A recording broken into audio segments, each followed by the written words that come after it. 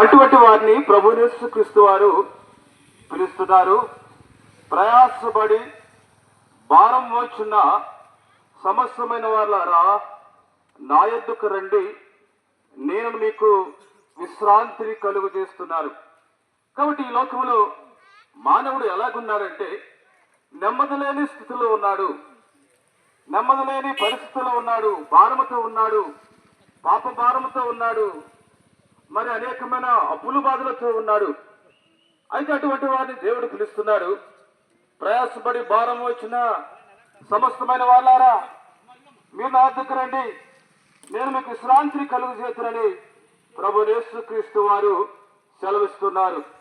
అందుకే 26వ అధ్యాయములో మార్గములో నిలుచుండి చూడుడి, పురాతన మార్గము గురించి ఆలోచించుడి, మేలైన మార్గము ఏదో ఎంచుకోండి, అందులో నడుచుకుంటే అప్పుడు మీకు నెమ్మది కలుగుతుందని ప్రభు యేసుక్రీస్తు వారు సెలవిస్తున్నారు. కాబట్టి ఈ మధ్యాహ్న కాలపు వేళలో నెమ్మది కలిగే మార్గము మీ ముందుకు వస్తుంది. ఆ మార్గములో నడవటానికి ప్రభు యేసుక్రీస్తు వారు మిమ్మల్ని కూడా ప్రేమతో పిలుస్తున్నారు.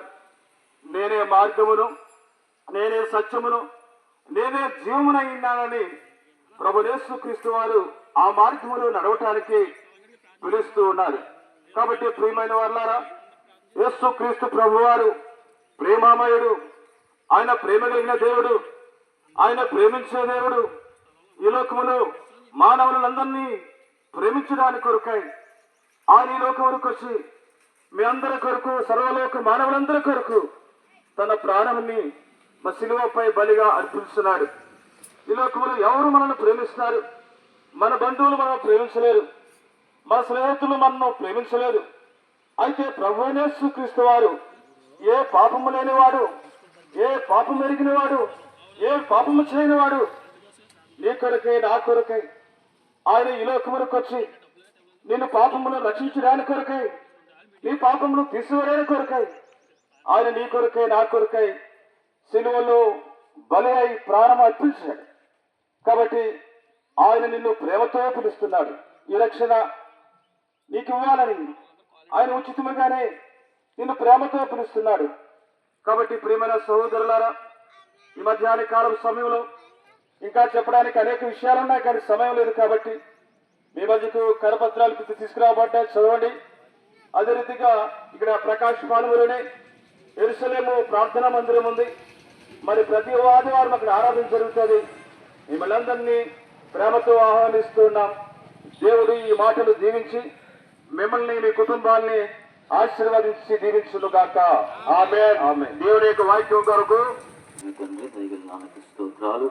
ఇదిగో నాయన ప్రభువా, ఈ గ్రామం బట్టి నీకు స్తోత్రాలు చెల్లిస్తున్నాం. ఆయన దాసులు ఆయన ప్రభు అనేక మంది నీ ప్రాంతానికి వచ్చి వారి పాదాలు మోపిన ఆయన ఈ ప్రాంతంలో నీ పరిచర్యను, నీ సువార్తను ప్రకటిస్తుండగా నానా ప్రభు వింటున్న ప్రతి హృదయంతో మీరు మాట్లాడండి.